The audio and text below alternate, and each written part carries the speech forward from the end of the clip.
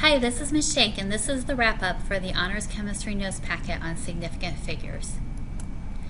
So this is going to be about making calculations with significant figures. There are two basic rules when you make calculations with significant figures. The first rule is the addition and subtraction rule. When adding or subtracting, the answer will be cut off at the same place value as the place value of the least precise number in the problem. Remember, place values are things like the ones place, the tens place, or the tenths place. Let's look at some examples. So if I take this first example, 23.9 plus 22.0008, I'm going to go ahead and write them down so that I can line up the decimals. Even if I'm going to use a calculator to calculate, I still want to write it just to get a visual, at least at first. So notice that I have the decimal over a decimal. It lines it up so that this one's kind of sticking out past the other one.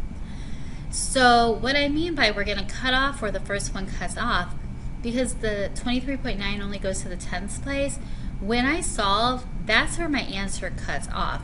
So I'm still going to use these numbers back here to calculate the 0 and the 8, but I'm not going to take my answer out quite that far.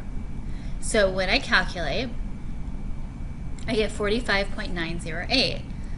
Now, the reason I still included all the numbers when calculating is for rounding purposes, because this 9 will be my last number, but do I need to bump that up?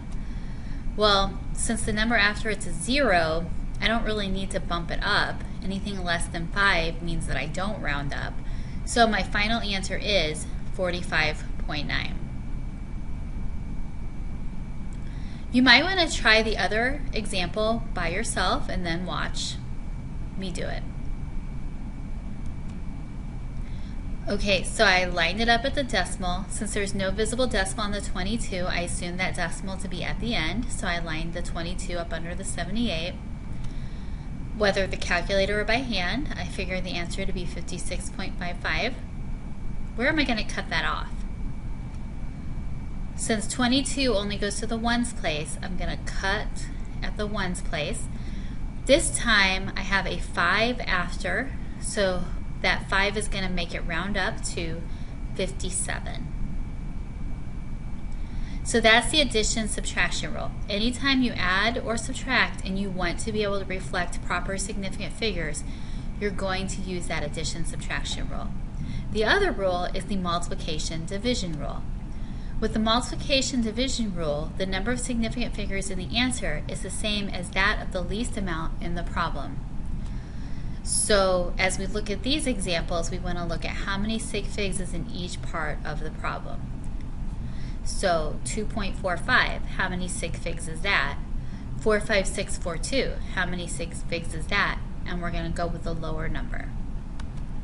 If I just multiply the two numbers together, this is what I get. You should have said 2.45 has 3 sig figs and 45642 has 5 sig figs. The lower number is 3, of course. 3 is less than 5. So I'm going to round this number with 3 significant figures. Let's go back to our steps to rounding. First, I'm going to highlight the first 3 significant figure numbers, the 111. I'm going to look at the next number to see if I have to round up. 8 is big enough to make a round up, so I'm going to round that last one up to a 2. And here's our final answer over here. Let's not forget that we have 3 more numbers before the decimal, so I've got to use those numbers to hold the place value. Alright, how about right here? When I put this into my calculator, I get 3277.44467. How many sig figs do I want to round that to?